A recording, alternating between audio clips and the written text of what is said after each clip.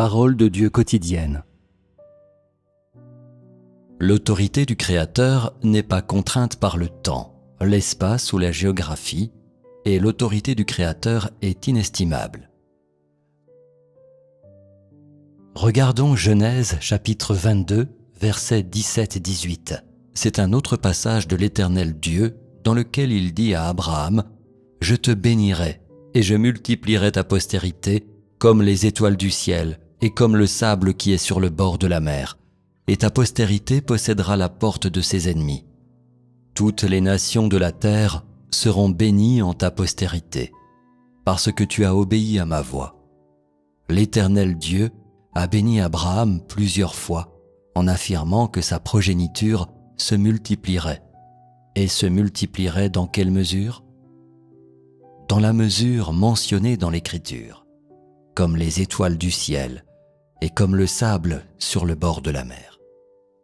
C'est-à-dire que Dieu voulait donner à Abraham une progéniture aussi nombreuse que les étoiles du ciel et aussi abondante que le sable sur le bord de la mer. Dieu a parlé en utilisant l'imagerie. Et, de cette imagerie, il n'est pas difficile de voir que Dieu ne donnerait pas seulement 1, 2 ou même des milliers de descendants à Abraham, mais un nombre incalculable, suffisamment pour qu'il devienne une multitude de nations. Car Dieu a promis à Abraham qu'il serait le père de nombreuses nations. Et ce nombre a-t-il été déterminé par l'homme ou a-t-il été déterminé par Dieu ? L'homme peut-il contrôler le nombre de ses descendants ? Est-ce que ça relève de lui ? Qu'il en ait quelques-uns ou non, ne relève même pas de l'homme, encore moins d'en avoir autant que, comme les étoiles du ciel et comme le sable qui est sur le bord de la mer, qui ne souhaite pas que sa progéniture soit aussi nombreuse que les étoiles. Malheureusement, les choses ne tournent pas toujours comme tu le veux.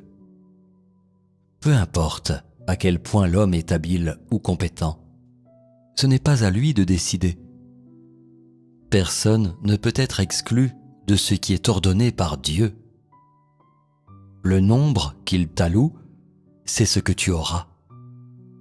Si Dieu t'en donne un peu, alors tu n'en auras jamais beaucoup. Et si Dieu t'en donne beaucoup, il est inutile de t'indigner à cause de la quantité que tu as. N'est-ce pas le cas ? Tout cela revient à Dieu, non à l'homme. L'homme est gouverné par Dieu, et personne n'est exempt. Quand Dieu a dit « Je multiplierai ta postérité », c'était une alliance que Dieu établissait avec Abraham, et comme l'alliance de l'arc-en-ciel, elle serait réalisée pour l'éternité, et était aussi une promesse faite à Abraham par Dieu. Seul Dieu est qualifié et compétent pour faire de cette promesse une réalité. Peu importe que l'homme le croie ou non, peu importe que l'homme l'accepte ou non, et peu importe comment l'homme le voit et comment il le considère. Tout cela s'accomplira à la lettre selon les paroles prononcées par Dieu. Les paroles de Dieu ne seront pas modifiées à cause des changements dans la volonté ou les conceptions de l'homme et ne seront pas modifiées par des changements en toute personne, toute chose ou tout objet. Toutes choses peuvent disparaître, mais les paroles de Dieu resteront pour toujours. Au contraire, le jour où toutes choses disparaîtront sera exactement le jour où les paroles de Dieu seront complètement accomplies. Car il est le Créateur, il possède l'autorité du Créateur, la puissance du Créateur, et il contrôle toute chose et toute force de vie. Il est capable de faire en sorte que quelque chose vienne de rien, ou que quelque chose devienne rien. Et il contrôle la transformation de toute chose de vivante à morte. Et donc, pour Dieu, rien ne pourrait être plus simple que de multiplier le descendant de quelqu'un. Cela semble fantastique à l'homme, comme un conte de fées. Mais à Dieu, ce qu'il décide de faire et promet de faire n'est pas fantastique, ni un conte de fées. Au contraire, c'est un fait que Dieu a déjà vu et qui sera sûrement accompli. Appréciez-vous cela? Les faits prouvent-ils que les descendants d'Abraham étaient nombreux? Nombreux à quel point exactement? Aussi nombreux que, comme les étoiles du ciel, et comme le sable qui est sur le bord de la mer, comme Dieu l'a dit? Se sont-ils répandus dans toutes les nations et les régions, dans tous les endroits du monde? Et qu'est-ce qui a accompli ce fait? A-t-il été accompli par l'autorité des paroles de Dieu? Pendant plusieurs centaines ou milliers d'années, après que les paroles de Dieu eurent été prononcées, les paroles de Dieu continuèrent à s'accomplir et devinrent constamment des faits. C'est la force des paroles de Dieu et la preuve de l'autorité de Dieu. Quand Dieu a créé toute chose au commencement, Dieu a dit « Que la lumière soit », et la lumière fut. Cela s'est passé très rapidement, a été accompli en très peu de temps, et il n'y a pas eu de retard à son accomplissement et sa réalisation. Les effets des paroles de Dieu furent immédiats. Les deux étaient une démonstration de l'autorité de Dieu.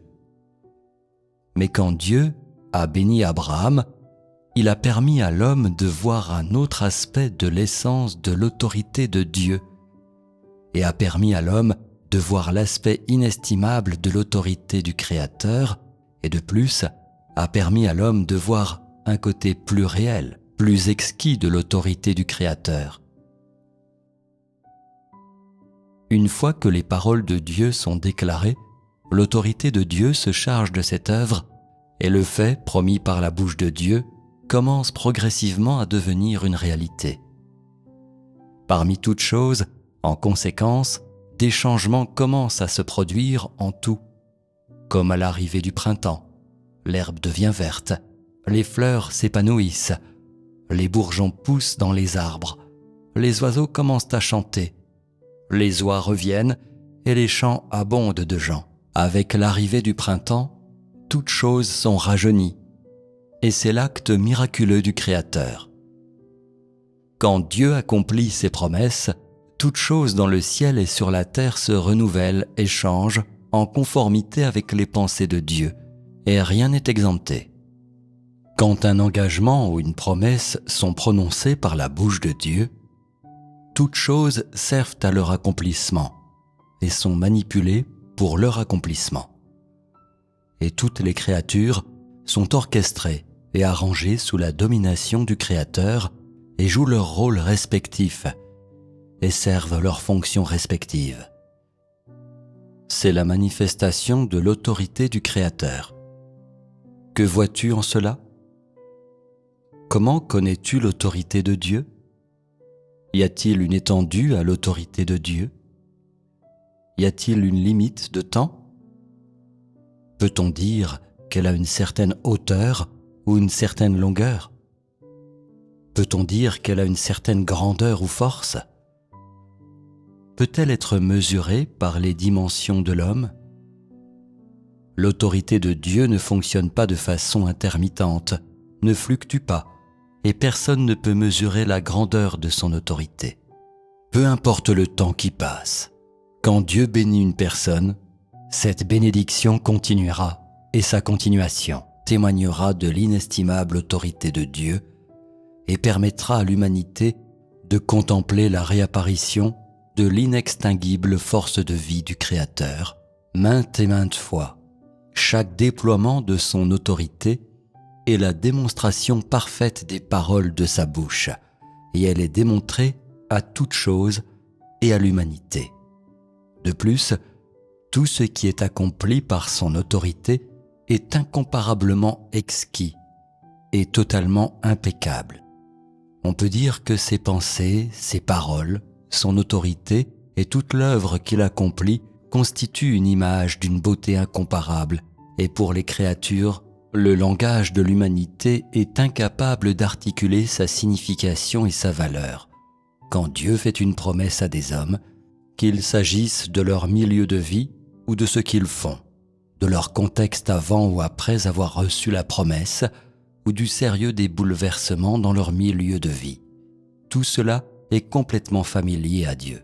Peu importe combien de temps s'écoule après que les paroles de Dieu ont été dites, pour lui, c'est comme si elles venaient juste d'être déclarées, c'est-à-dire que Dieu a la puissance et a une telle autorité qu'il peut gérer, contrôler et réaliser chaque promesse qu'il fait à l'humanité.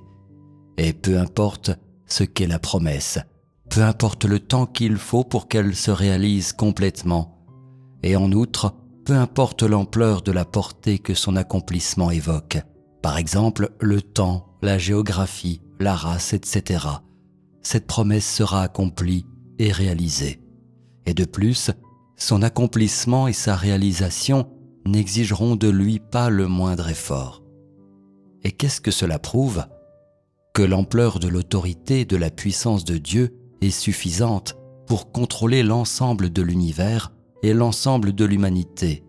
Dieu a fait la lumière, mais cela ne signifie pas que Dieu ne gère que la lumière ou qu'il ne gère l'eau que parce qu'il a créé l'eau et que tout le reste n'a aucun rapport avec Dieu. N'est-ce pas un malentendu ? Bien que la bénédiction de Dieu sur Abraham ait progressivement disparu de la mémoire de l'homme après plusieurs centaines d'années, pour Dieu, cette promesse est restée la même.